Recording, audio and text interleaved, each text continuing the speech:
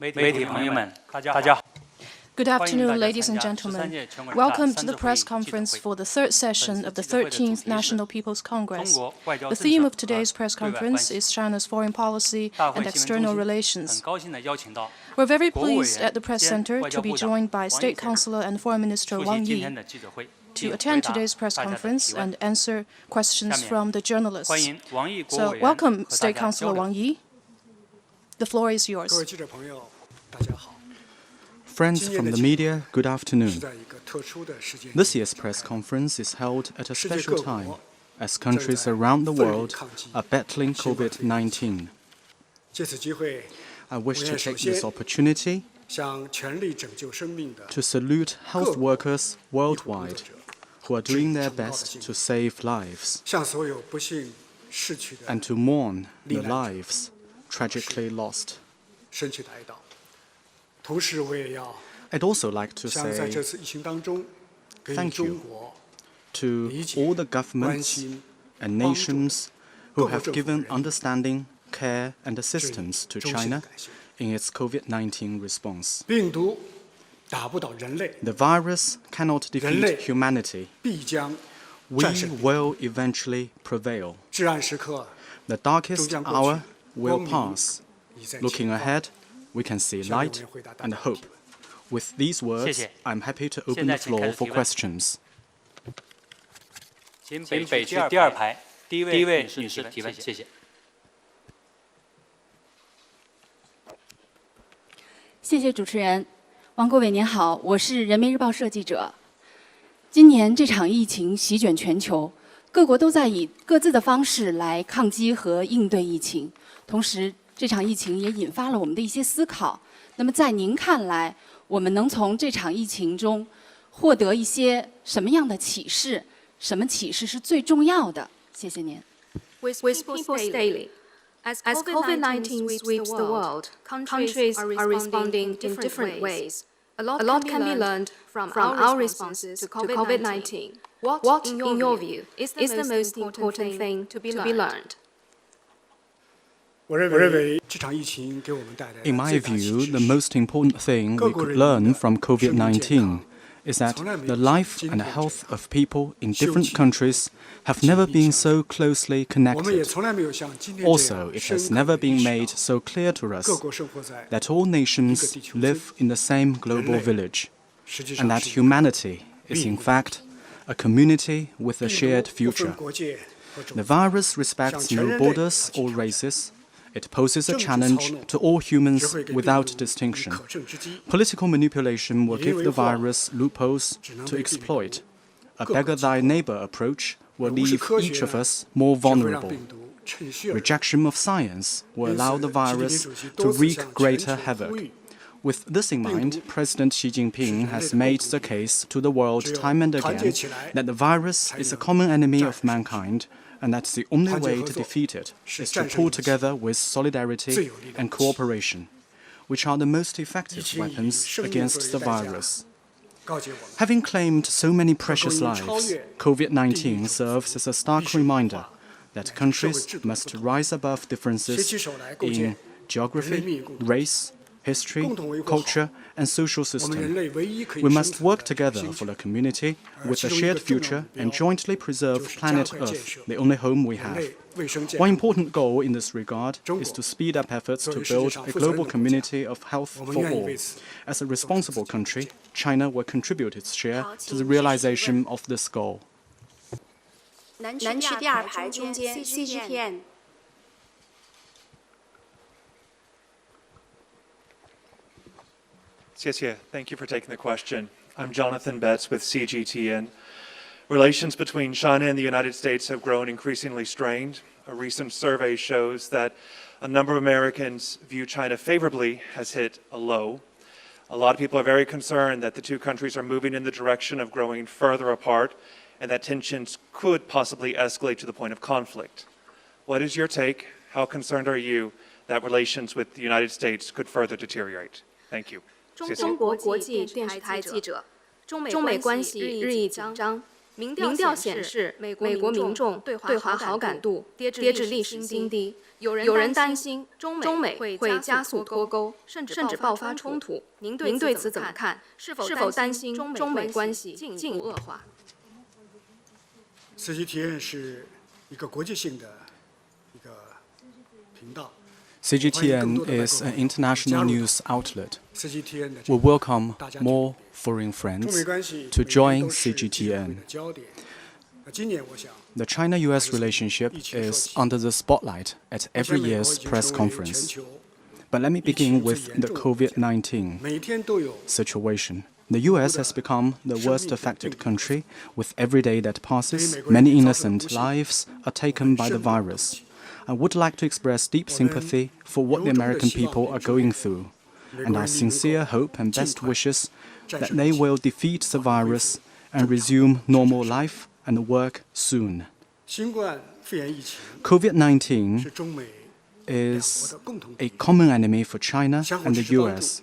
Mutual support and assistance are the shared preference of our two peoples. Early on in China's response, many American organizations, companies, and citizens extended a helping hand to China. When the US was hit by the virus, the government, local authorities, and people of China reciprocated their kindness, generously donating large quantities of needed supplies. We also supported and facilitated US procurement of medical supplies in China. Take face masks, for example.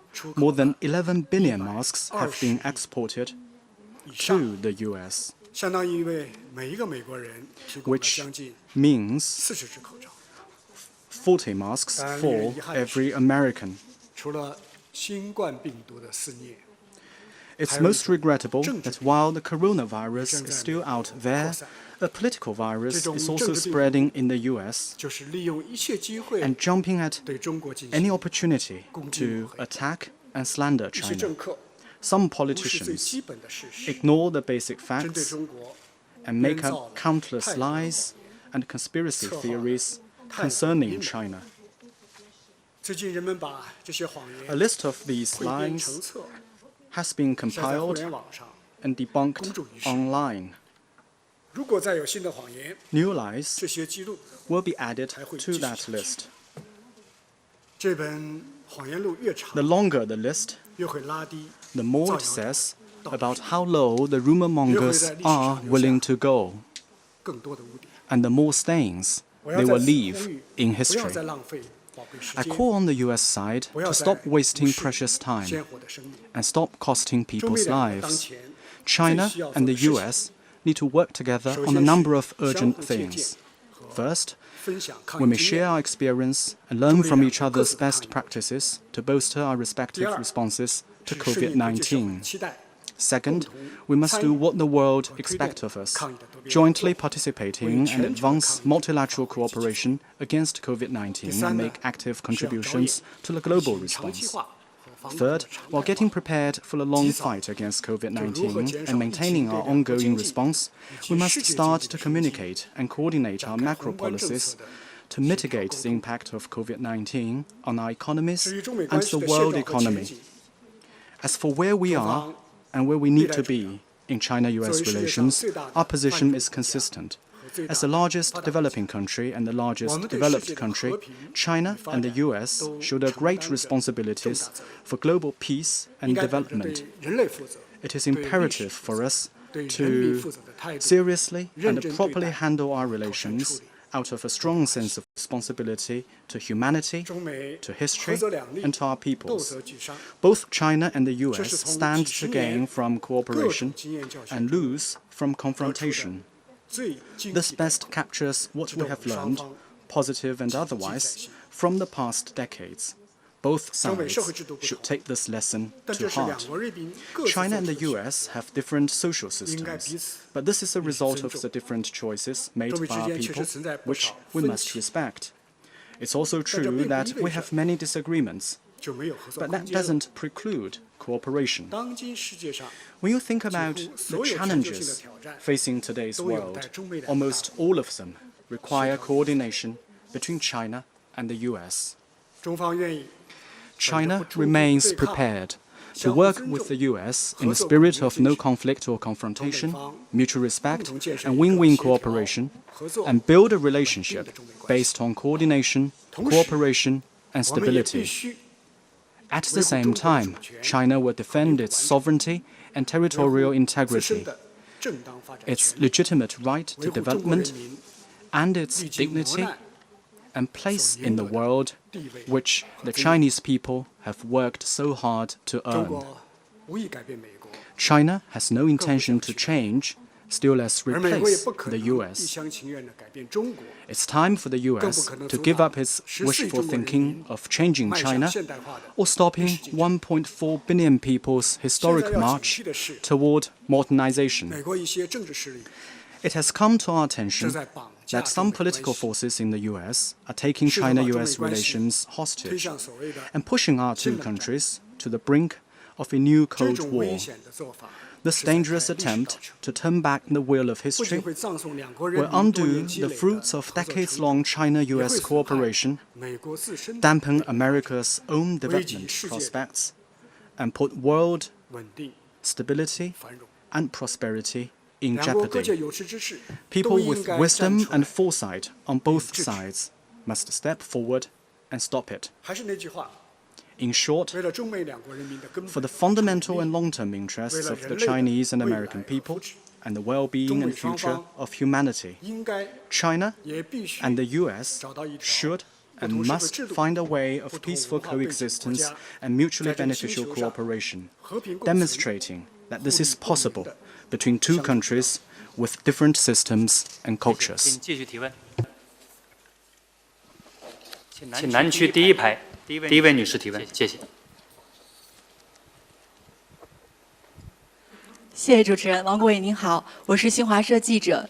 新冠肺炎疫情正在深刻改变世界，全球化有可能逆转，世界已经回不到过去。请问中方如何看待后疫情世界和全球化的未来？谢谢。Xinhua News Agency. COVID-19 is changing the world in fundamental ways. The gains of globalization may be reversed, and the world may never be the same again. How does China view the post-COVID-19 world and the future of globalization? The world will certainly not be the same again. History always moves forward. Throughout world history, humanity has progressed by wrestling with one disaster after another.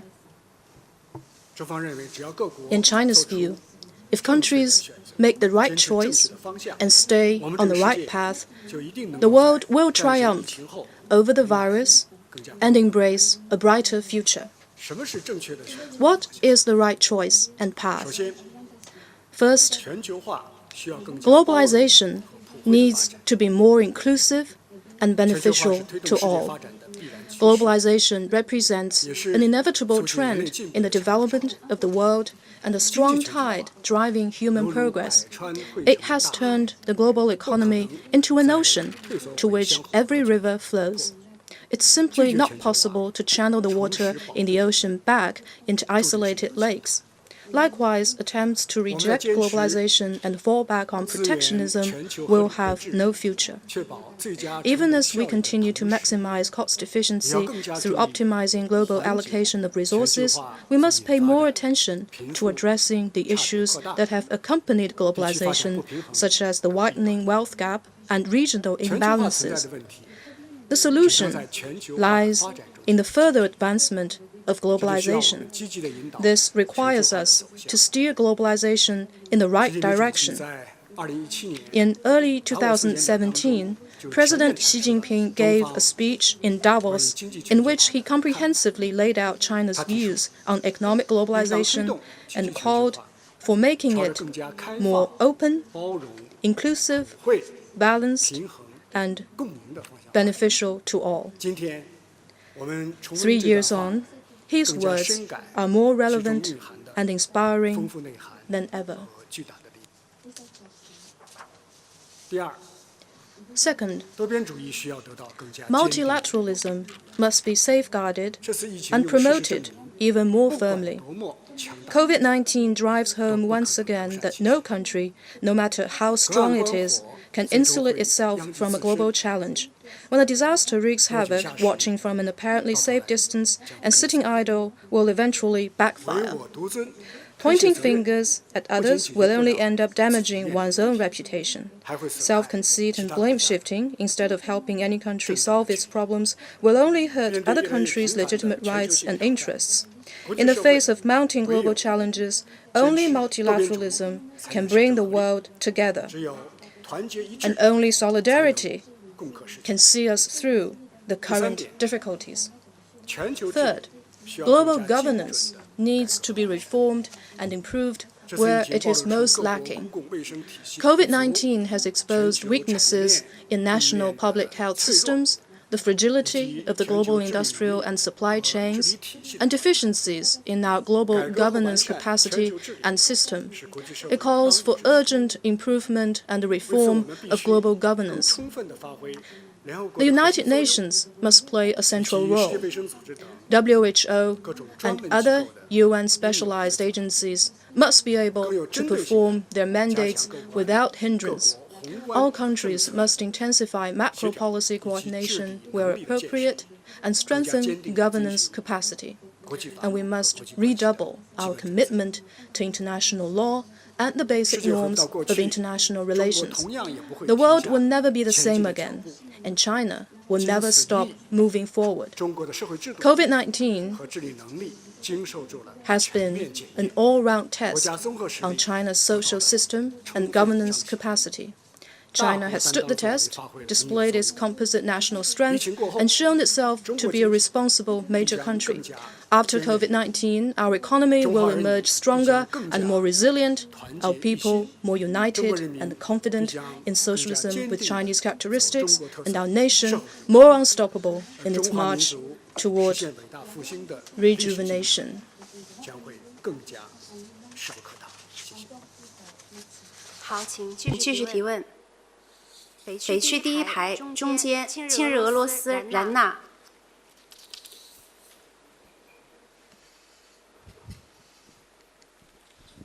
谢谢主持人。今日俄罗斯国际通讯社记者提问：疫情发生以来，中俄两国虽自个遇到一些困难，但是始终相互帮助和支持。请问您如何评价疫情发生以来的中俄关系？在您看来，中俄关系发展是否经受住了疫情的考验？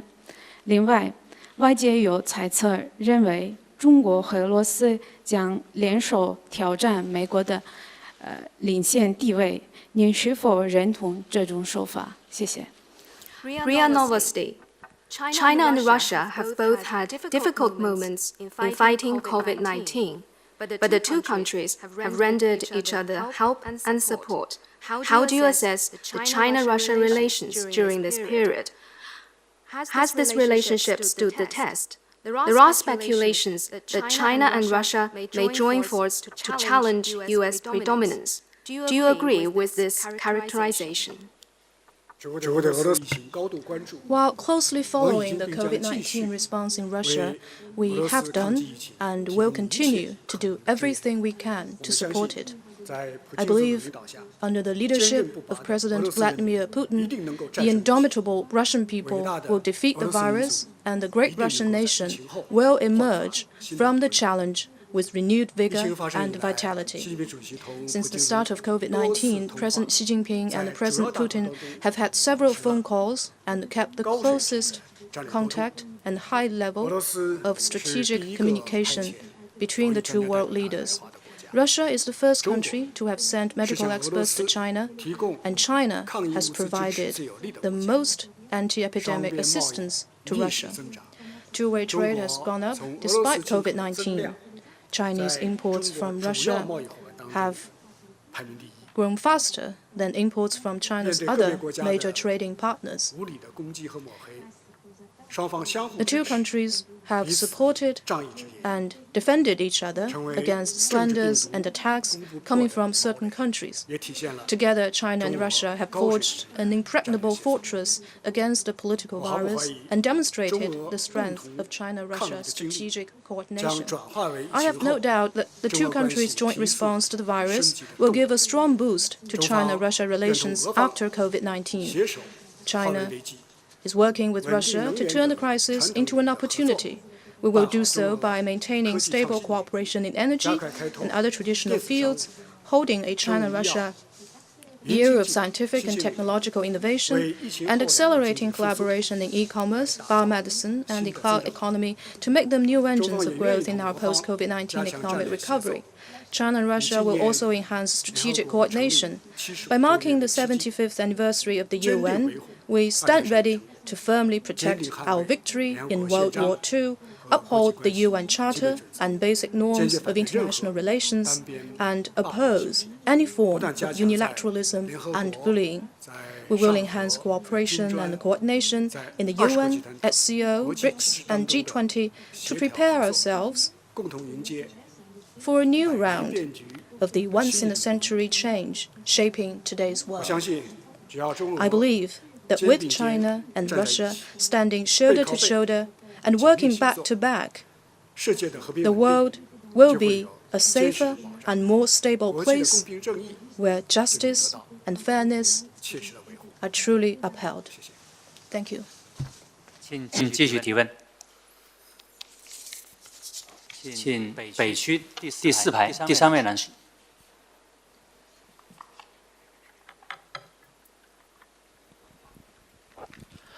谢谢中国日报提问。中国目前已经成功控制了新冠疫情的传播，正在向许多国家提供抗疫的支持和帮助，但也有质疑认为中国的这种帮助是有企图的。请问王国伟，您如何回应这种质疑？谢谢。China Daily. China has brought COVID-19 under effective control. It is now providing support and assistance to many countries. But questions have been raised about the intention behind such assistance. What is your comment? At the height of China's battle with COVID-19, we received assistance and support from across the world. This is something we will always cherish and be grateful for. To put into action President Xi Jinping's vision of community with a shared future for mankind, we have in the last few months launched the largest global humanitarian operation in the history of the People's Republic. To date, we have shipped medical supplies to nearly 150 countries and 4 international organizations to meet their immediate needs. We have held video conferences with experts from over 170 countries to share our proven protocols of diagnosis, treatment, and control without any reservation. We have sent 26 expert teams to 24 countries to provide timely information and in-person guidance. Our factories have operated at full capacity to make high-quality medical supplies that are badly needed around the world.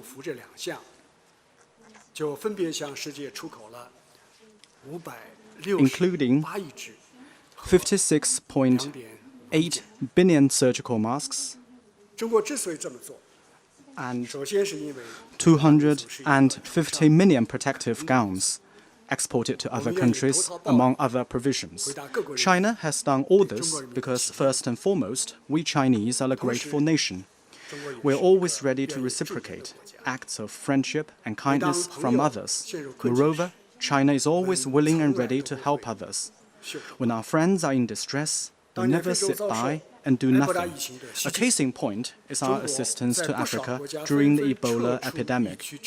While some countries evacuated their personnel from the affected areas, China rushed to Africa's aid, despite risks of infection, sending in medical teams and badly needed supplies, and fighting alongside our African brothers and sisters until victory was declared. The COVID-19 assistance from China may not cover the needs of all affected countries.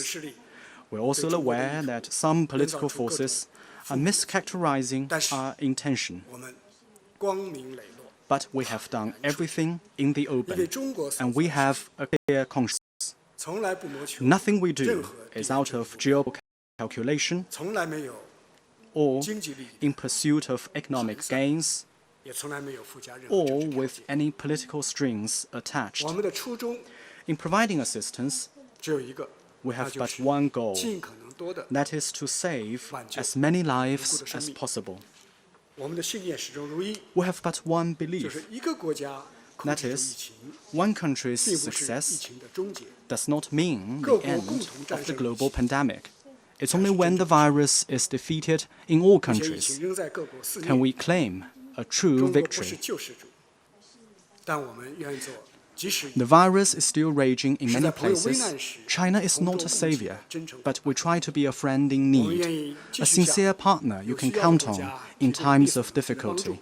We will continue to help the countries in distress to the best of our ability, pursue more international cooperation, and fight alongside others until final worldwide victory can be declared against COVID-19. 南区第一排，路透社。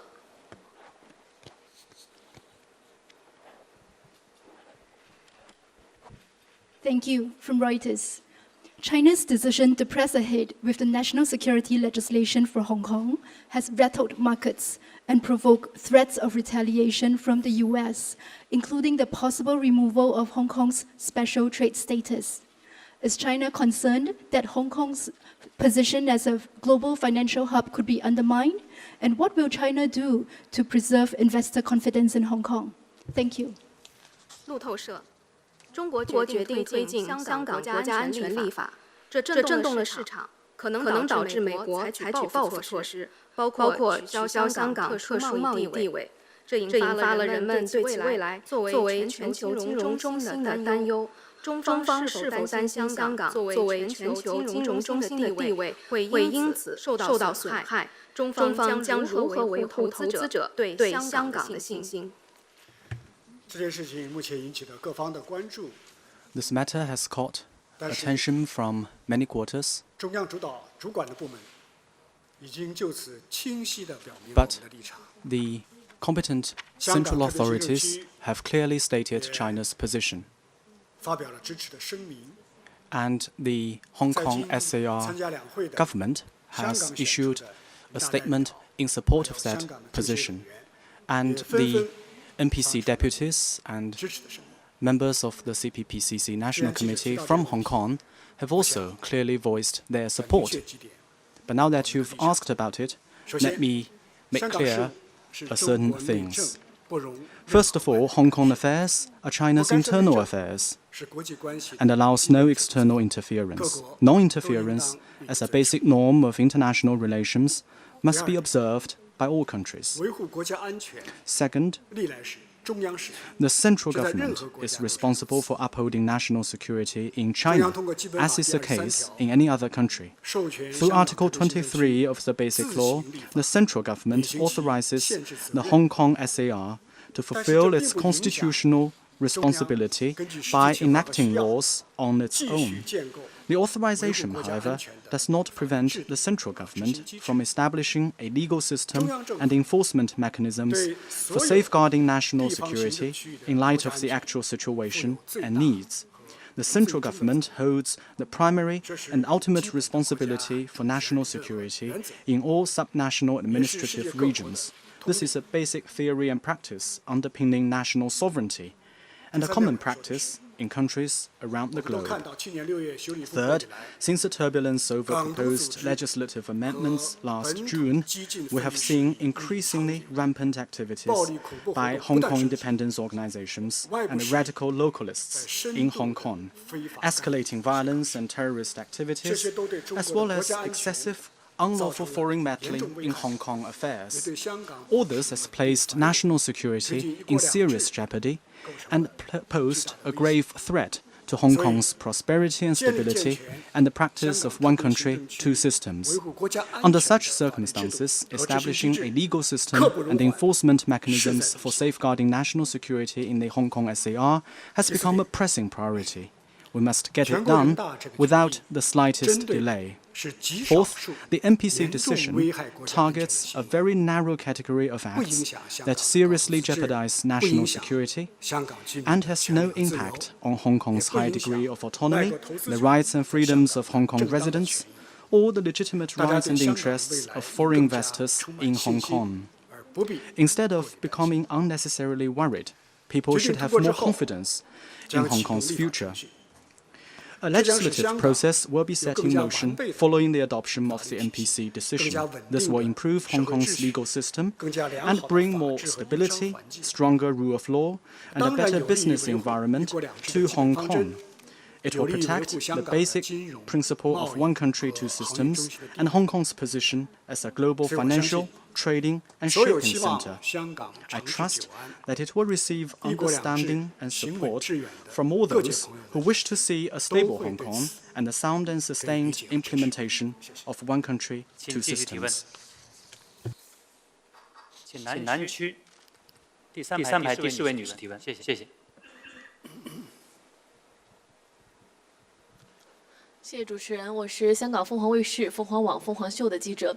我们想关注中方怎么回应美国指责中国要对疫情全球大流行负责。那么中方是否同意就病毒的源头问题开展国际独立调查？谢谢。Phoenix TV. How do you answer the U.S. accusation that China should take the responsibility for the pandemic? Would China agree to an independent international investigation into the source of the virus? Regarding the source of the virus, the difference between China and some US politicians is as wide as that between facts and lies, between science and prejudice. Source tracing is a serious and complex issue of science. It should be studied by scientists and medical experts. Some American politicians have rushed to attach a geopolitical label to the virus, politicize its source, and stigmatize China. They have both overestimated their own ability to spread disinformation and underestimated others' ability to tell right from wrong. History should be written with facts, not tainted by lies. The global narrative about COVID-19 should reflect reason and conscience. Humanity has no obligation to leave behind an objective and truthful account as part of its collective memory. China is open to joint efforts by the international science community to identify the source of the virus. Importantly, it must be a professional, impartial, and constructive process. Professional means being based on science and led by WHO, and letting scientists and medical experts research the issue worldwide. The goal is to help us better understand this kind of virus and deal more effectively with major infectious diseases in the future. Impartial means being free from political interference, respecting the sovereign equality of nations, and avoiding a presumption of guilt. All countries closely related to the virus should be covered by the field missions.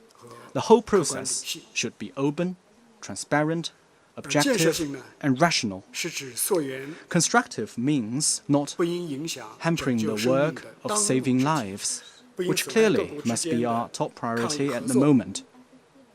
Not jeopardizing international cooperation against COVID-19, and not undermining the statutory role of WHO. Instead, we should bolster the ability of the UN system to perform its mandate, strengthen international solidarity and cooperation, and improve the system and capacity for global governance in the area of public health.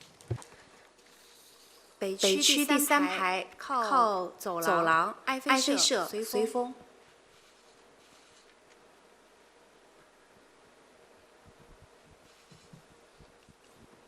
Good afternoon. I'm Javier Garcia from the Spanish news agency EFE. This year marks the 45th anniversary of China and European Union diplomatic ties. Since the outbreak of the pandemic, there have been mainly two voices among the European countries. One perhaps is grateful for China's support and assistance, but other doubts China could use foreign aid to make political propaganda. And even some think China is Europe's systemic rival, like the European Commission said last year. What do you think about this? And what could China do to demonstrate Europe it's not its rival? Thank you very much. 埃菲社，今年是中国欧盟建交45周年。新冠疫情爆发之后，欧洲国家出现两种声音，一个是对中国的援助和支持表示感激，另一个是质疑中国利用对外援助进行政治宣传，甚至有人将中国视为欧洲的系统性对手。中方对此有何评论？中方将采取何种行动来证明它不是欧盟的对手？中欧关系历经国际风云变幻， Despite all the changes going on in the world, the relationship between China and the EU continues to be defined by cooperation and demonstrates great potential. This is the first thing I want to make clear. The most important thing we have learned from the past 45 years is this. China and the EU are fully capable of building trust through equal-footed dialogue and resolving differences through constructive communication. Between China and the EU, there is no fundamental conflict of interests, but ever greater room for mutually beneficial cooperation and extensive consensus on supporting multilateralism. For the advancement of human progress, China and the EU must remain each other's comprehensive strategic partners and not become systemic rivals. Our interaction should be a positive cycle that enables our mutual success, not a knockout match which results in only one winner.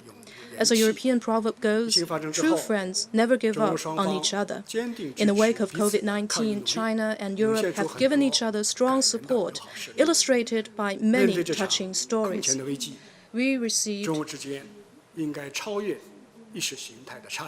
We believe that COVID-19 is an unprecedented crisis. It requires us to rise above ideological differences, dispel self-fulfilling suspicions, and send a common message of solidarity and cooperation.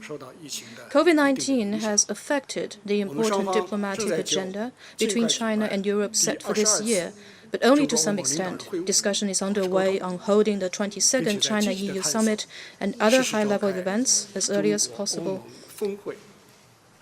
We are also actively exploring the possibility of holding a special China-EU summit when appropriate.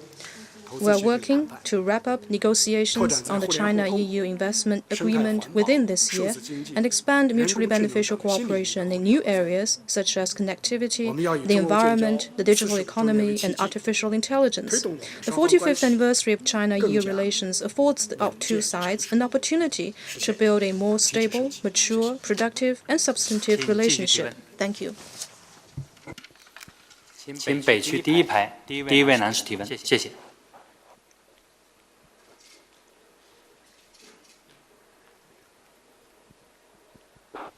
谢谢主持人。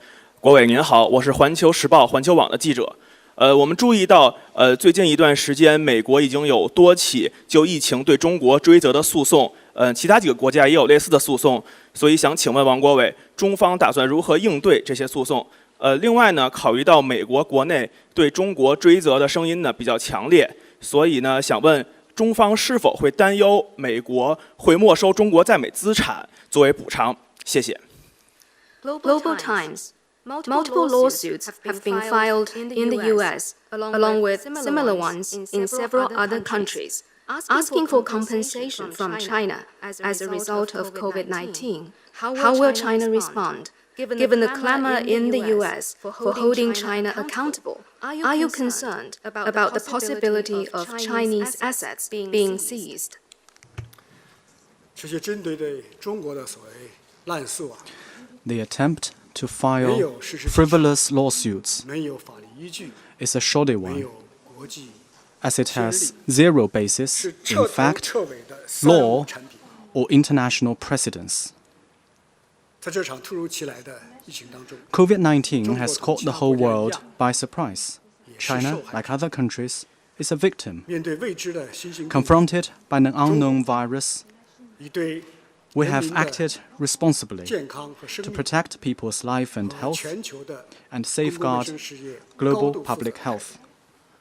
我们最早向世卫组织 China was the 报告疫 first 情 country to report 并 cases 及 to 时同有关国 WHO 家和地区 and 分 promptly 享 share information with relevant 我们最早 countries 确 and 定 regions, 病毒的基 the 因序 first 列， to sequence the 并向各 genome 国 of the virus and 我 share 们最 it 早向世 with 界 the 公布 world, 了 and the first to publish 和防控 guidelines 方案。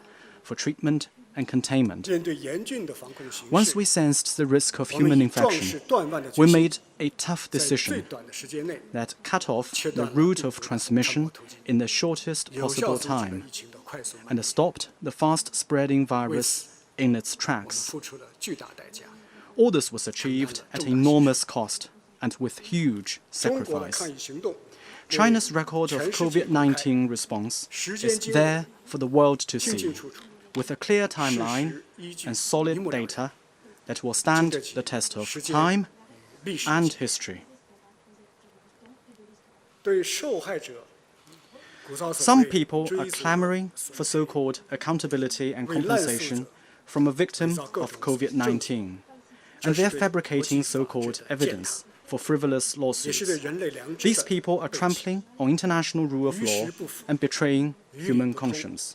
Their action does not square with facts, stand up to 今天的中 reason, 国 or have any 已 legal 不是100年 foundation. 前的中国， Today's China 今 is 天的世 not 界 what it used to 也 be 不是 100 years 100 ago, 年前的世界。 nor is the world anything 如果 like the one a century 想借 ago. 滥诉侵 If 犯中国的 anybody 主权和 thought 尊 they 严， could use some ludicrous 挑战 lawsuits 中国 to 人民的 undermine China's 辛勤 sovereignty 成果 and dignity, 恐 or 怕是 deprive the Chinese people 白日做 of 梦 their hard-won gains, 必 they'd be 将 daydreaming 自取其辱。 and bring disgrace to themselves. 请继续提问。北区第二排共同社竹内健二。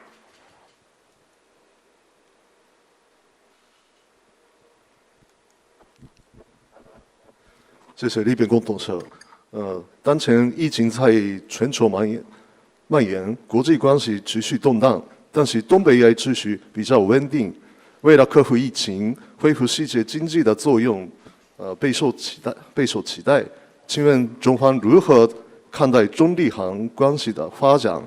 怎样推动后疫情时代的三国合作？今年内有没有中日领导的互访的可能性？谢谢。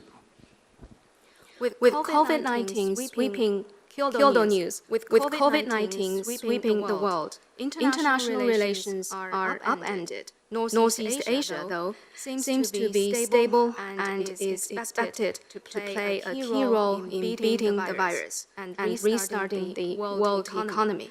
How do you see the future relations between China, Japan, and the Republic of Korea? How will you promote trilateral cooperation in the post-COVID-19 world?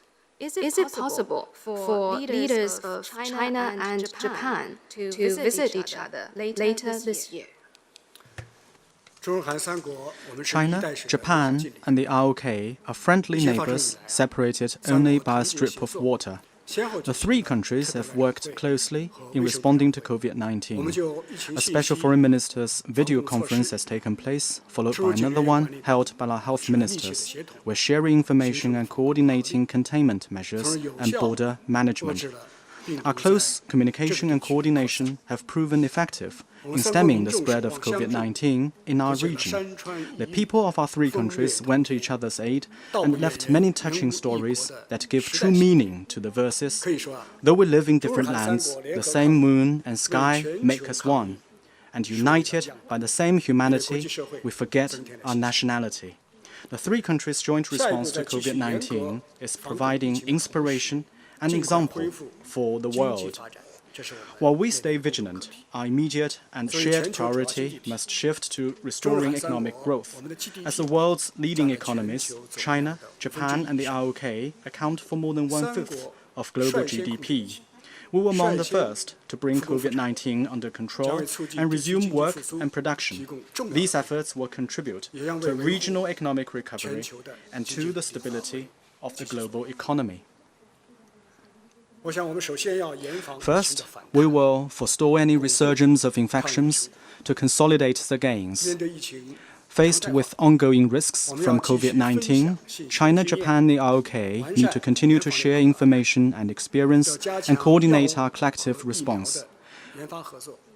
We're intensifying research efforts on vaccine and drugs. We need to set up a regional emergency liaison mechanism and reserve of essential medical supplies. We need to also leverage the internet, big data, and other information technologies to upgrade the region's public health governance and emergency response capacity. Second, we will coordinate the resumption of work and production and stabilize our industrial and supply chains. While never lowering its guard, China is prepared to open fast tracks for the movement of people and green corridors for the flow of goods with the ROK and other countries, so that we can restore as much practical cooperation as possible and revitalize our respective and regional economic activities. Third, we will aim for a higher standard of regional economic cooperation in the post-COVID-19 era. Our three countries need to stay committed to multilateralism and free trade. We need to cut tariffs, reduce barriers, and open up markets to each other. More collaboration will be pursued on health and medical care, smart manufacturing, and 5G to turn them into new engines of economic growth. We will speed up trilateral free trade negotiations and work toward signing the Regional Comprehensive Economic Partnership Agreement within this year. To strengthen regional economic linkages, we will fully leverage regional mechanisms to forestall financial risks and make our economies more resilient. All in all, China is prepared to work with Japan, the ROK, and other countries in the region to completely defeat COVID-19 as soon as possible, restore economic vitality in East Asia, and promote development in our region and the world with Oriental wisdom and strength. 请继续提问。请南区第二排第二位男士提问，谢谢。谢谢。中央广播电视总台央视记者提问：疫情改变了人们的生活和工作方式，对今年中国外交的议程肯定也会造成一些影响。我想请问，中国外交如何来适应疫情防控常态化？今年中国外交有什么亮点值得期待？谢谢。 China Central Television. COVID-19 has changed our way of life and work. It must have also affected China's diplomatic agenda in 2020. How will China's diplomacy adapt to the new normal of COVID-19 response? Anything in particular to watch for? 疫情为各国交往 COVID-19 may have pressed the pause button on the interactions between countries, but China's diplomacy has not paused for a moment. Despite COVID-19, China has engaged in what we call cloud diplomacy in the form of phone calls, correspondence, and video conferences. President Xi Jinping has personally led China's diplomatic efforts throughout this period. He has engaged with many world leaders and advanced international cooperation as a global statesman.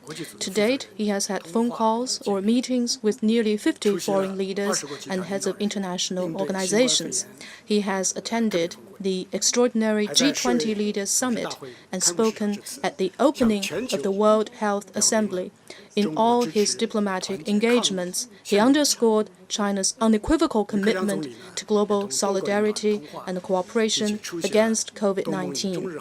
Premier Li Keqiang has also spoken with foreign leaders by phone and attended a special ASEAN +3 summit on COVID-19. I myself have had over 100 phone calls with foreign counterparts. China has held special foreign ministers' meetings with ASEAN members, Lantang Mekong countries, Japan and the ROK, BRICS countries, and SCO members. This year is of special significance in China's national rejuvenation. China's diplomatic service will adapt to the new normal of COVID-19 response, focus on 5 priorities, and create new highlights. First, we will make every effort to facilitate domestic development. Taking into account both domestic and international dynamics, we will leverage all the diplomatic resources at our disposal to support key national development strategies. We will work to keep the global production and supply chain stable after COVID-19, promote the liberalization and facilitation of trade and investment, and offset downward risks to the world economy. Second, we will firmly defend national interests. We will show more resolve and take more effective steps to safeguard China's sovereignty, security, and development interests, and forestall and foil all external attempts to interfere in China's internal affairs. Third, we will build stronger partnerships. We will seek steady progress in our relations with other major countries, expand the convergence of interests with our neighbors, and reinforce solidarity and friendship with fellow developing countries. Fourth, we will firmly uphold multilateralism. We will focus on enhancing global public health governance, support WHO in playing its due role in the global COVID-19 response, and garner efforts to build a global community of health for all. Fifth, we will actively expand international cooperation. We propose to set up joint COVID-19 response mechanisms with more countries for more effective cooperation against the virus. We will also push forward health cooperation under the Belt and Road Initiative to strengthen global preparedness against epidemics. 好，请继续提问。北区第4排靠中间走廊，埃及中东通讯社。 Middle East News Agency. African countries provided support to China when it was at a difficult phase in pandemic response. Now, Africa is facing a severe situation. How China will help African countries to fight against COVID-19, and will China reduce the debt for the African countries? Thank you. 埃及中东通讯社。 非洲国家在中国抗疫最艰难的时刻，向中国提供了支持。目前，非洲疫情形势严峻，中方将如何帮助非洲抗击疫情？是否会减免非洲国家的债务？ China and Africa are good brothers who have shared weal and woe together. Our people, having fought shoulder to shoulder for national liberation, are partners for common development. A few years back, we were together fighting Ebola. I fully agree with the AU Commission chairperson in saying that Africa and China are friends and, more importantly, comrades in arms. Nothing can change or damage this friendship. In the battle against COVID-19, China and Africa have again stood by each other. Over 50 African leaders have expressed solidarity and support in phone calls or public statements. China has subsequently sent medical expert teams to Africa's 5 sub-regions and surrounding countries. Resident Chinese medical teams based in 45 African countries have acted swiftly to assist in the local response. They have held nearly 400 training sessions for tens of thousands of African medical workers. We also look after the African community in China, just like we take care of our own families. All of the over 3,000 African students in Hubei and Wuhan have been safe and sound, except for just one, who got infected but was soon cured. 今年是中非合作论坛成立 This 20 year 年， marks the 20th anniversary of the Forum on China-Africa Cooperation. 民心， China's relations with Africa have stood the test of time and continue 把 to 抗疫的 flourish. 物资援助 We 尽 will 量地 continue to 向 stand by 非洲的 Africa as it 发展 fights 国 the 家倾 virus. 斜。 We will send 我们还在考虑 anti-epidemic 向非洲派 assistance 遣 to 新一轮的 African and other developing countries as a matter of 我们还 priority. 将继续落实 We're 中非合 considering 作论 sending 坛 more medical expert 已经峰会 teams 所 to 制 the 定的 continent. 健康 China 卫 will 生行动 continue to deliver 特 on 别 the 是要 health 加快 initiative announced 非 at the 洲 FOCAC 疾控 Beijing 中心的建 summit. 设， We will 来提 accelerate 升 construction 非 of 洲 the 各国 headquarters for the 公共卫 Africa 生。 CDC and help boost public 此外，我 health 们还将继续 capacity 致力于帮 in 助非洲 African 增 nations. 强自主发 In 展。 addition, China will continue 同时安 to 排 work 当 with 前 Africa 中非 on 的重大合 development 作项目 capacity building. We will work 支持 out 受到疫 ways 情 to 影 move 响 ahead 非 with 洲国 major 家 ongoing 尽早 cooperation 复 projects 工复产 and support 从而 African 来维 非 countries in reopening 洲经济的 businesses 发展势 soon 头。 to sustain Africa's 我们还会 economic 积极地落 momentum. 实 We 20 个 will 集 work 团的 with 还 other 债 G20 倡议， members to 减轻 implement 非洲 the 国家 debt 的债务 service 负担。 suspension initiative to ease 我们 Africa's 还 debt 将考 burden. 虑 We're 通过 also 双边渠道 considering 为 further 特别困难的 bilateral 非洲国家 support for 提供 African 进一步的支 countries 持， under the greatest 帮助 strain 非洲 to 的 help 兄弟 our 姐妹 African 渡 brothers 过难 and sisters through this difficult 兄 time. 弟同心，其 To 利断 quote 金。 a Chinese saying, when brothers are of the 在中非 same 双方 mind, they have 以 the 及国际 power 社会的 to 共 cut 同 through 努力之下， metal. We're 非洲 convinced 这片 that 年 with 轻的 help 大 from 陆 China and 一 the 定 rest 会 of the 在 global 战 community, 胜疫情后 the youthful 实现 continent of 更好 Africa 更 will 快 achieve 发展。 greater and faster development after defeating 继续提问。 COVID-19. 请北区第4排第1位女士提问，谢谢。谢谢主持人。中央广播电视总台央广记者提问。那么，尽管受到疫情的冲击，但中方强调有信心打赢脱贫攻坚战，全面建成小康社会。想请问王国伟，在这个过程中，为实现上述目标，中国外交将发挥怎样的作用？谢谢。 China National Radio. In spite of the serious impact from COVID-19, the Chinese government has often reiterated its confidence in winning the battle against poverty and achieving moderate prosperity in all respects. How can China's foreign policy and foreign service contribute to the realization of these goals? Achieving moderate prosperity in all respects is a centenary goal of China, and eliminating extreme poverty has been our nation's dream for thousands of years. The entire Chinese nation are working doubly hard to accomplish these two historic goals this year. All members of China's diplomatic service are duty-bound to contribute their share. While the completion of these two tasks mainly depends on China's own efforts, securing an enabling international environment is also important. Right now, the COVID-19 pandemic presents the greatest external complication and challenge to China's development. To better facilitate domestic development, we in the diplomatic service must adapt to the new realities and think out of the box to solve new problems. We will strive to minimize the pandemic's impact on our people's life and health and on China's economic and social development. We will look out for new opportunities of development from fighting COVID-19 with the rest of the world. While staying vigilant against imported cases, we will face in more enabling conditions for resuming normal state-to-state interactions. We will take strong steps to advance international cooperation for shared benefit and make new contributions to the development and prosperity of China and the rest of the world. The Foreign Ministry has taken on specific responsibilities in the national drive for moderate prosperity and poverty eradication. For the past 28 years, the ministry has been paired with Jinping and Manipur, two poverty-stricken counties in Yunnan province designated by the central government, to help them escape poverty. I'm happy to report that the two counties have recently got rid of extreme poverty. My ministry will see the job through and help the two counties consolidate their gains. At the same time, we will continue to share China's success story of eliminating poverty through development and promote international exchange and cooperation on poverty reduction. We'll work to gain more understanding and support for China's battle against poverty and contribute to the global attainment of the 2030 Sustainable Development Goals. 请继续提问。南区第3排中间 CNN。 Thank you, Stephen Jones, CNN.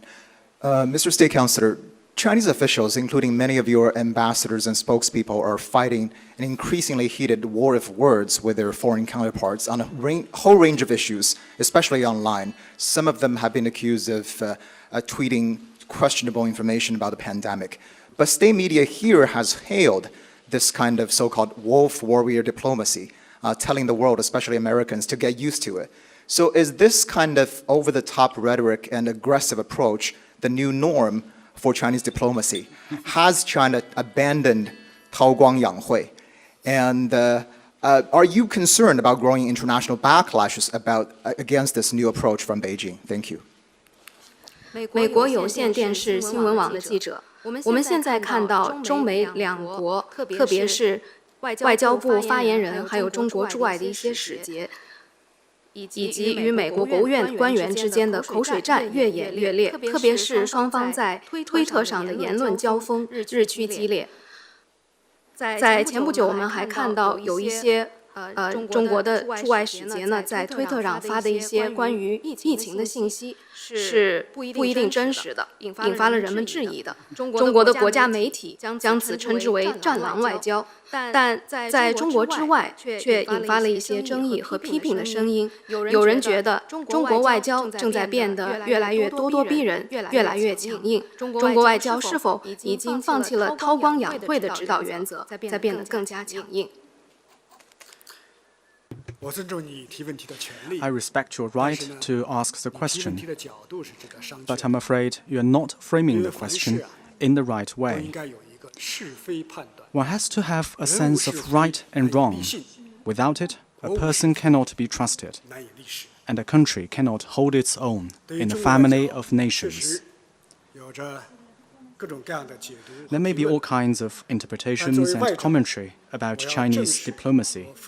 As China's foreign minister, let me state for the record that China always follows an independent foreign policy for peace. No matter how the international situation may change, we will always stand for peace, development, and mutually beneficial cooperation. Stay committed to upholding world peace and promoting common development, and seek friendship and cooperation with all countries. We see it as our mission to make new and greater contributions to humanity. China's foreign policy tradition is rooted in its 5,000-year civilization. Since ancient times, China has been widely recognized as a nation of moderation. We Chinese value peace, harmony, sincerity, and integrity. We never pick a fight or bully others, but we have principles and guts. We will push back against any deliberate insult to resolutely defend our national honor and dignity. And we will refute all groundless slander with facts to resolutely uphold fairness, justice, and human conscience. The future of China's diplomacy is premised on our commitment to working with all countries to build a community with a shared future for mankind. Since we live in the same global village, countries should get along peacefully and treat each other as equals. Decisions on global affairs should be made through consultation, not because one or two countries say so. That's why China advocates for a multipolar world and greater democracy in international relations. This position is fully aligned with the direction of human progress and the shared aspiration of most countries. No matter what stage of development it reaches, China will never seek hegemony. We will always stand with the common interests of all countries, and we will always stand on the right side of history. Those who go out of their way to label China as a hegemon are precisely the ones who refuse to let go of their hegemonic status. The world is undergoing changes of a kind unseen in a century, and full of instability and turbulence. Confronted by a growing set of global challenges, We hope all countries will realize that humanity is a community with a shared future. We must render each other more support and cooperation, and there should be less finger-pointing and confrontation. We call on all nations to come together and build a better world for all. 请继续提问。请南区第4排第3位女士提问，谢谢。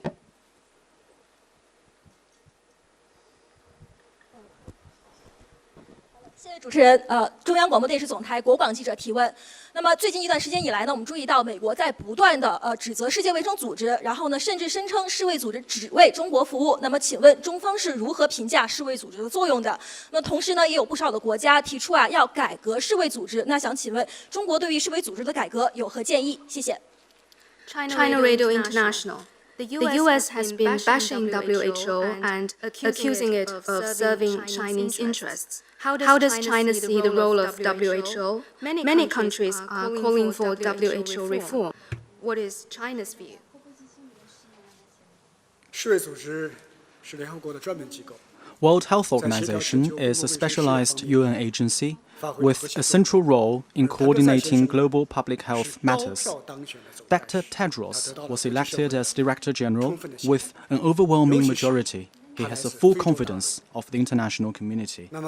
The election of an African is a sign of the rising status of developing countries in international organizations. At the opening of the just concluded 73rd World Health Assembly, President Xi Jinping made a statement in which he applauded WHO's vital contributions to global COVID-19 response.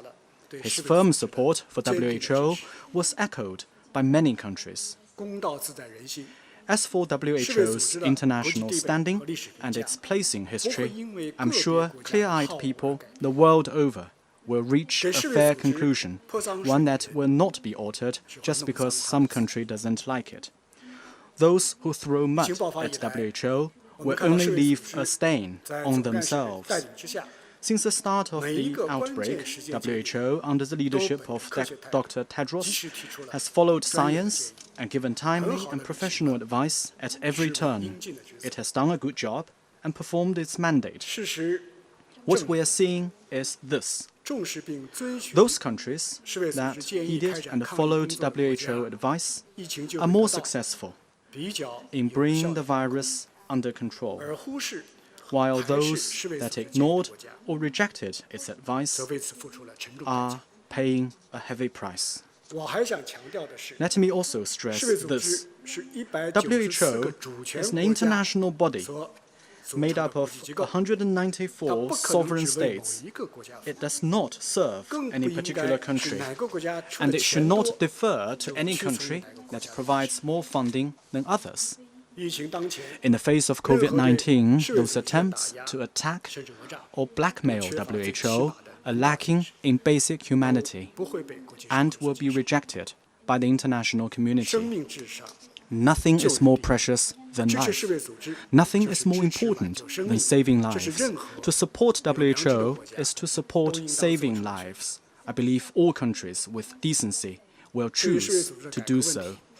As for WHO reform, actually the organization would undertake a comprehensive review and evaluation in the wake of every major epidemic.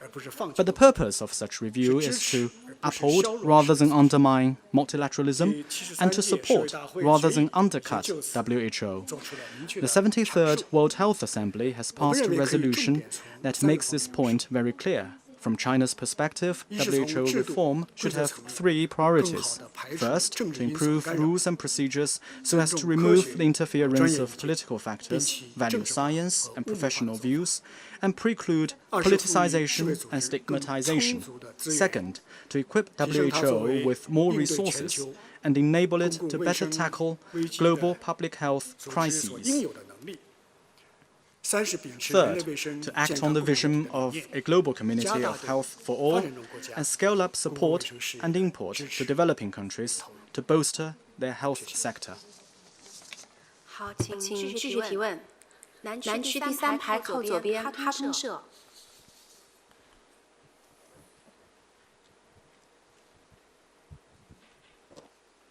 好同事下午好。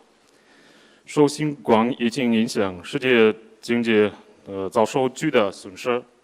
请问，中方将采取哪些措施恢复同“一带一路”的国家间的合作？谢谢。Housing form. COVID-19 has caused great economic losses worldwide. What steps will China take to revive cooperation with Belt and Road partner countries? 哈萨克斯坦是最早同中国开展“一带一路”合作的国家。我愿意回答你这个问题。疫情对“一带一路”合作确实造成了一些影响。 So in response to your question, let me say that indeed COVID-19 has affected Belt and Road cooperation to some extent. The impact is temporary and limited.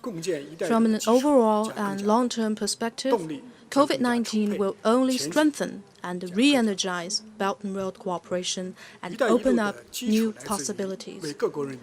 Belt and Road cooperation is built on its real benefits to the people in partner countries. Over the past 7 years, China has signed Belt and Road cooperation documents with 138 countries. More than 2,000 projects have been launched and tens of thousands of jobs created in the partner countries. Many of the infrastructure and livelihood projects have played a vital role in COVID-19 response. For example, energy projects along the China-Pakistan economic corridor have kept running and provided 1/3 of the country's electricity.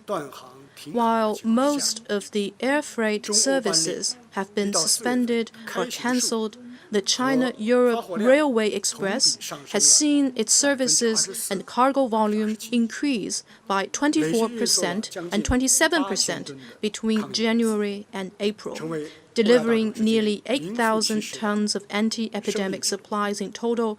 The railway has truly served as a lifeline for freight transportation between Asia and Europe. Belt and Road cooperation is driven by a strong and shared commitment to common development. Over the past 7 years, China's trade in goods with Belt and Road partner countries has exceeded $7.8 trillion, and direct Chinese investment in the partner countries has topped $110 billion.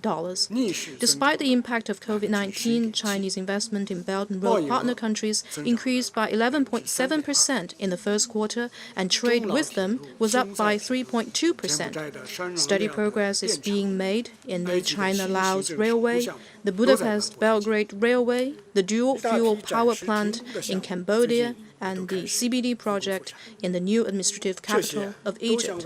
Construction has resumed for a number of projects suspended due to COVID-19. All this will generate strong impetus for the host country's efforts to beat the virus and revitalize the economy. The future of the Belt and Road Initiative lies in expanding the cooperation to new areas. Emerging from COVID-19, countries will have a stronger need to grow the economy and improve lives, as well as a surging demand for public health cooperation. China will work with the partner countries to advance health cooperation along the Belt and Road and convene a high-level video conference to better protect people's health and safety in the partner countries. China will also advance the digital Belt and Road to create new engines of growth for the partner countries and new impetus for global recovery. In sum, China is as confident and determined as ever to promote Belt and Road cooperation. We will continue to follow the principle of consultation and cooperation for shared benefits and support open, green, and clean development. By aiming for high standard, people-centered, and sustainable progress, we will make the Belt and Road a model of development, cooperation, and health for all involved. 请继续提问。请北区第三排第4位女士提问，谢谢。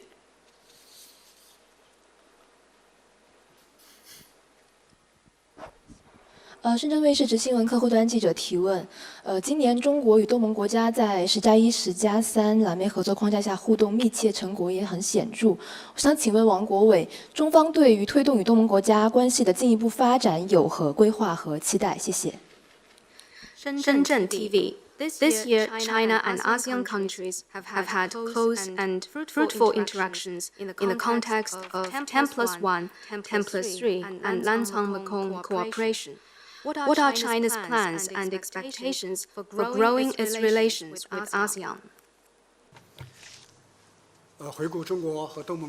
If you look at the course of China-ASEAN relations over the years, you can see that from the Asian financial crisis to the global financial crisis, each crisis has led to closer ties and stronger cooperation between the two sides.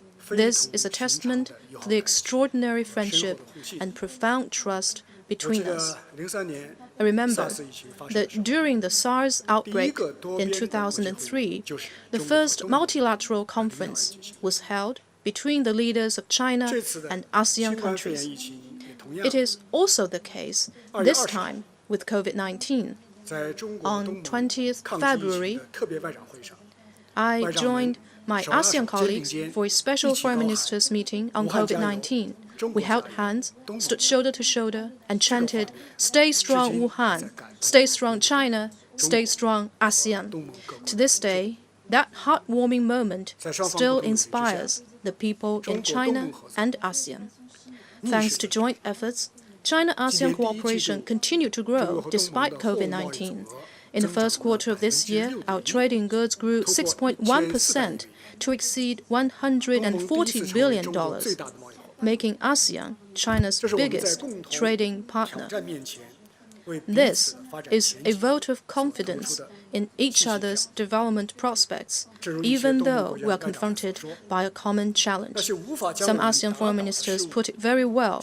That which does not kill us can only make us stronger. And we are stronger in the broken places. Indeed, just as rainbow appears after a storm, after COVID-19, China will continue to view ASEAN as a high priority in its neighborhood diplomacy and support ASEAN centrality in East Asian cooperation. We will work with ASEAN countries in the spirit of mutual trust, mutual accommodation, mutual benefit, and mutual assistance to take our relationship to the next level. We will accelerate cooperation to resume economic activities and make up for the losses caused by the virus.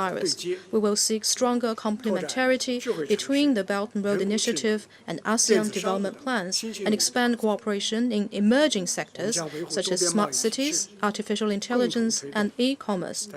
We will uphold the multilateral trading regime and work together for the signing of the Regional Comprehensive Economic Partnership Agreement within this year to build a more integrated regional economy. We propose a regional liaison mechanism for public health emergencies and reserve centers for epidemic control provision, which may help us enhance public health cooperation and crisis response capacity. We will make the most of the China-ASEAN Young Leaders Scholarship and other flagship programs to promote people-to-people exchanges. We will also step up cooperation on the blue economy and ecological and environmental protection to drive sustainable development and benefit people in our region. Next year will mark the 30th anniversary of China-ASEAN dialogue relations, another milestone for both sides. We're convinced that with the maturity and confidence this relationship has gained in the past 3 decades, China and ASEAN will take more solid steps forward in forging a closer community with a shared future. 北区第1排靠中间走廊，韩联社。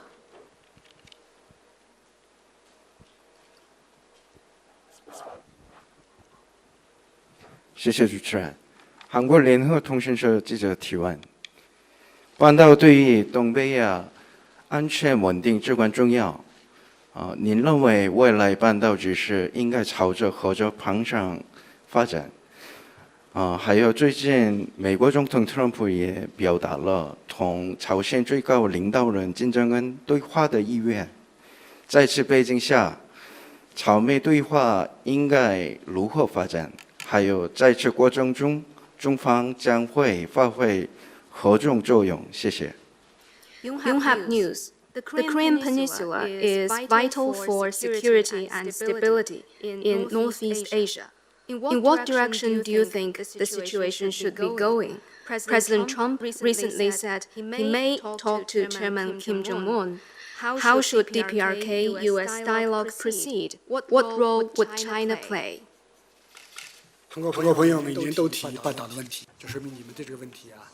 Our friends from the IOK always ask a question about the Korean Peninsula. It shows your keen interest. In our view, continued communication and dialogue between the DPRK and the US is important for resolving their differences and a key stepping stone to settling issues on the Korean Peninsula. As China has often counseled, having a dialogue is better than having nothing at all. We would like to see continuous interaction between DPRK and US leaders. We hope the two sides will resume meaningful dialogue and engagement as soon as possible. That said, building mutual trust and breaking the impasse on the peninsula would require more concrete steps. To achieve a genuine settlement, they need to not only talk the talk, but also walk the walk. We have seen some positive steps taken by the DPRK in the last few years toward de-escalation and denuclearization. Regrettably, these steps have not been reciprocated in a substantive way by the US side. This is the main reason for the ongoing stalemate in DPRK-US dialogue. More uncertainties have emerged surrounding the nuclear issue on the peninsula.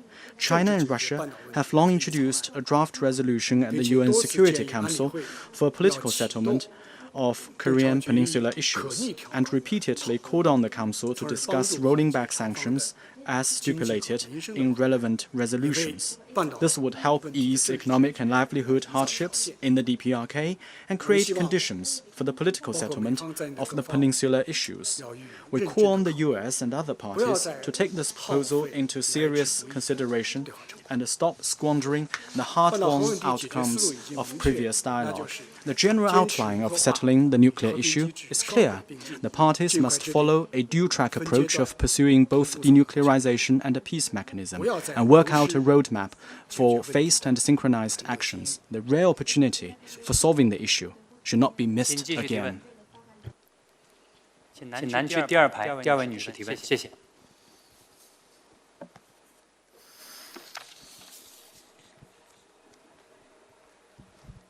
谢谢主持人。我是澎湃新闻的记者。请问，近期台湾问题在中美关系中更加突出，美台实质性关系有所提升。请问王国伟，中方是否担心涉台问题会对中美关系产生进一步的负面影响？谢谢。The paper, Taiwan has become a more prominent issue in China-US relations recently.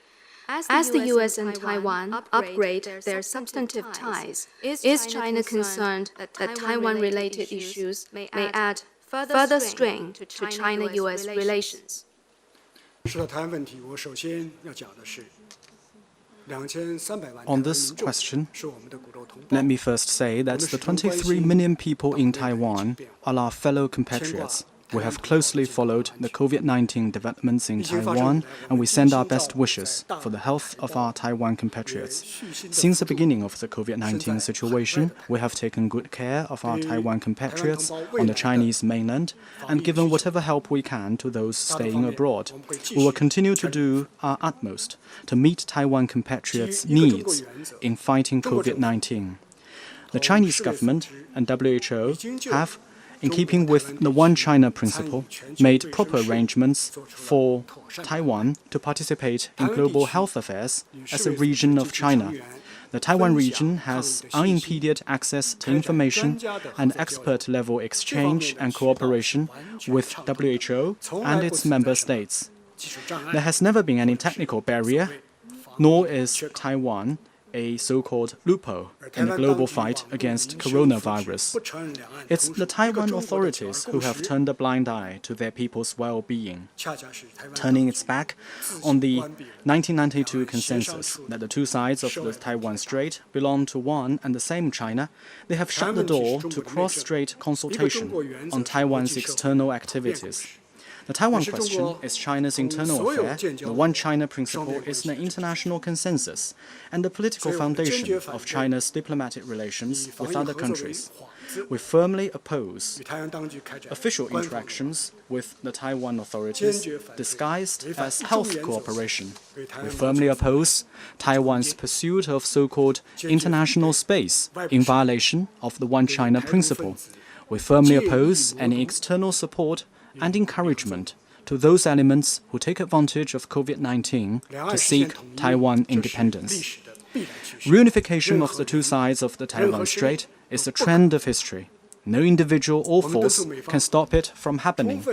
We urge the U.S. side to fully appreciate the great sensitivity of the Taiwan question and abide by the One China principle and the 3 Sino-U.S. communiques. We advise the U.S. side to ditch its illusions and political calculations. We remind the U.S. side not to make any attempt to challenge China's red line or misjudge 1.4 billion people's strong resolve to defend national unification. 请继续提问。南区第一排中间，新加坡海峡时报。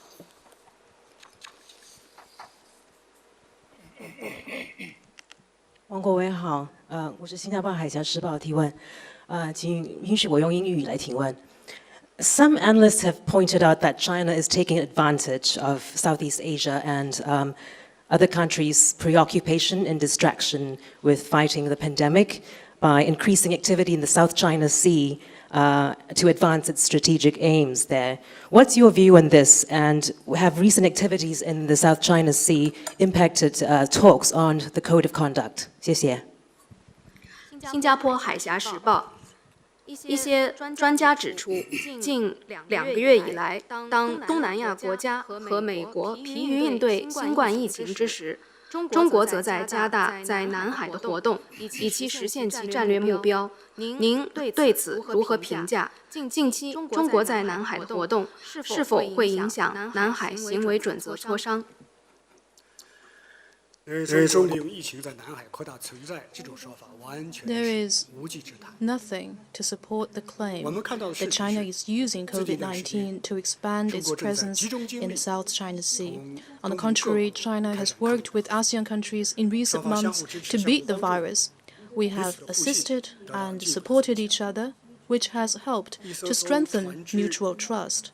Even as we speak, ships and planes carrying critical supplies are sailing in and flying over the South China Sea, a body of water that's witnessing mutual assistance and cooperation between China and ASEAN. In sharp contrast to this, a few non-regional countries are flexing their muscles by sending military aircraft and vessels to the South China Sea.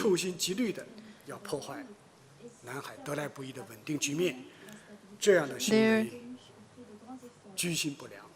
ill-intentioned and despicable moves are meant to sow discord between China and ASEAN countries and undermine the hard-won stability in the region. In recent years, the situation in the South China Sea has stabilized due to the joint efforts of China and ASEAN countries. A lot of progress has been made in our cooperation on maritime search and rescue, as well as marine conservation and research. The COC consultations are proceeding smoothly and speedily, with the second reading of the text already begun. China and ASEAN countries have agreed to conclude the COC at an early date, a goal we are confident and determined to achieve.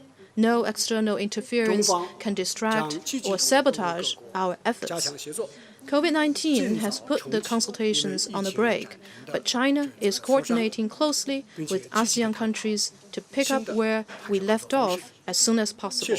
We will also explore new ways of maritime cooperation to safeguard peace and stability and promote development and prosperity in the South China Sea region. 北区第5排第2位男士，谢谢。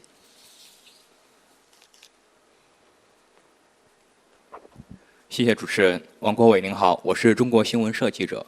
我们注意到疫情发生以来，中国外交部和驻外使领馆为了帮助海外中国同胞解决困难，做了大量的工作。请问您能否谈一谈相关的体会和感受？谢谢。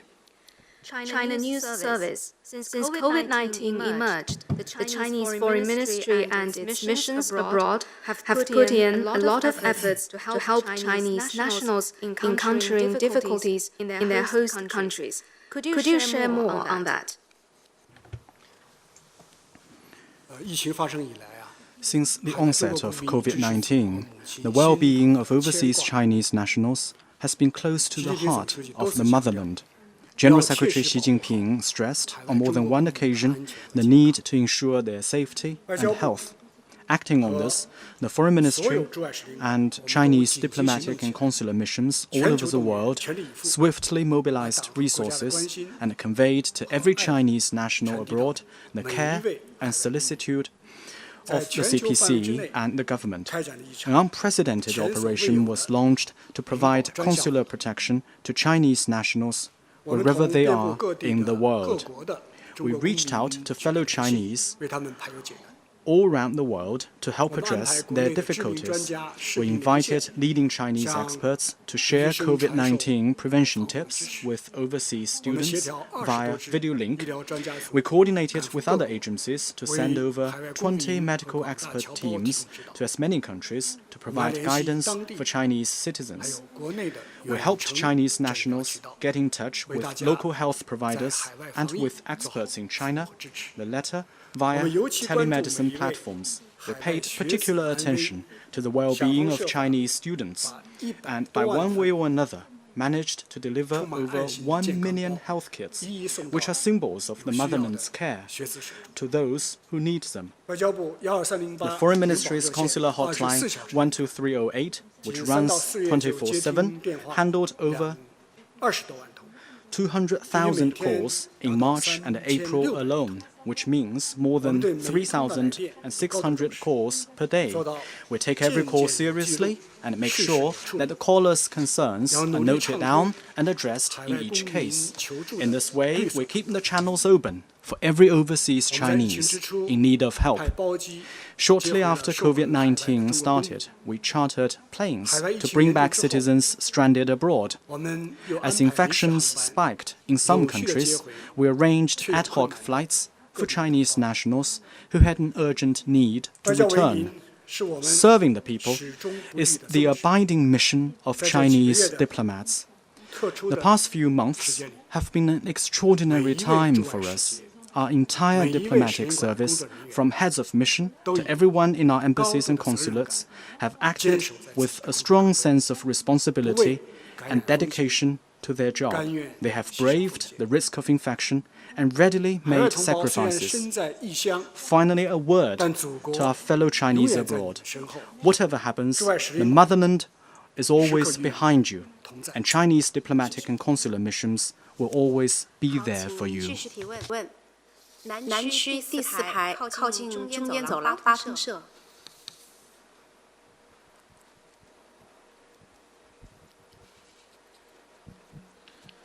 Good afternoon. I am from Associated Press of Pakistan. The US and Taliban signed a peace deal in February this year. What are China's views about the current peace and reconciliation process in Afghanistan, and what role China will play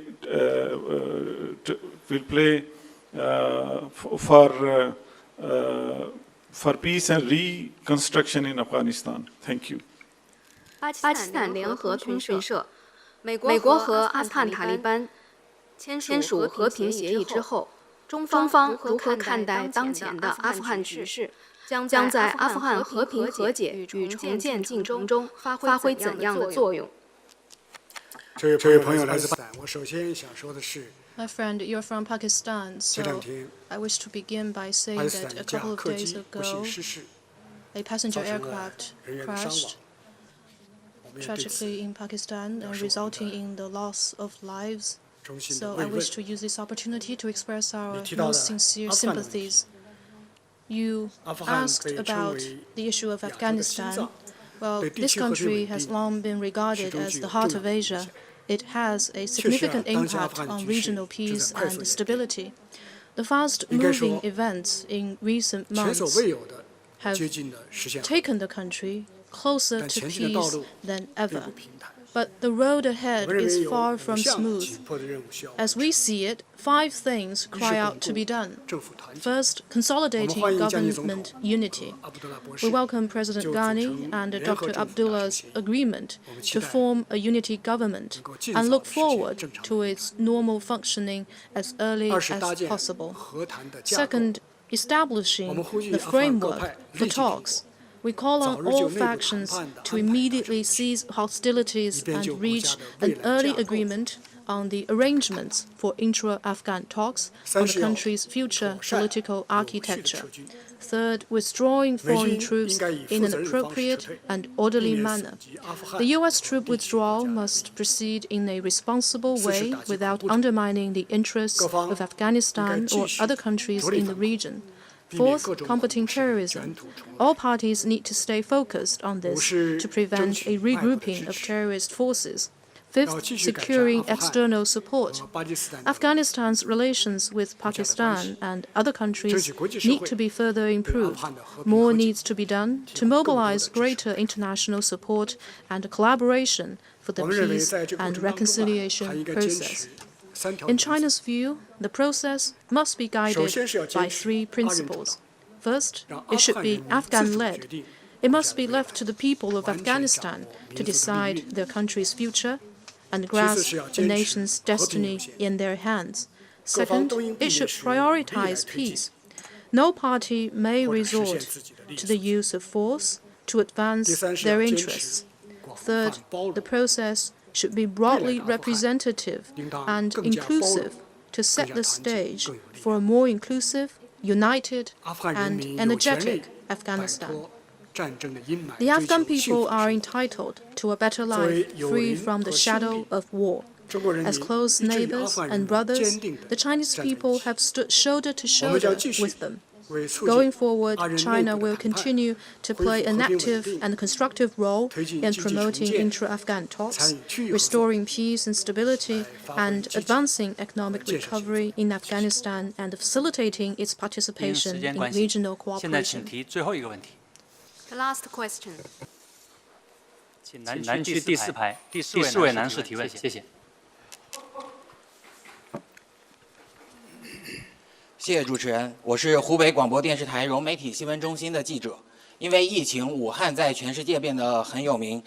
我们知道外交部为替武汉证明打赢武汉保卫战付出了巨大的努力。我的问题是，随着湖北走出疫情的阴影，外交部还将为湖北的发展和开放提供哪些帮助？谢谢。Hubei TV, Wuhan has become known to many people in the world because of COVID-19.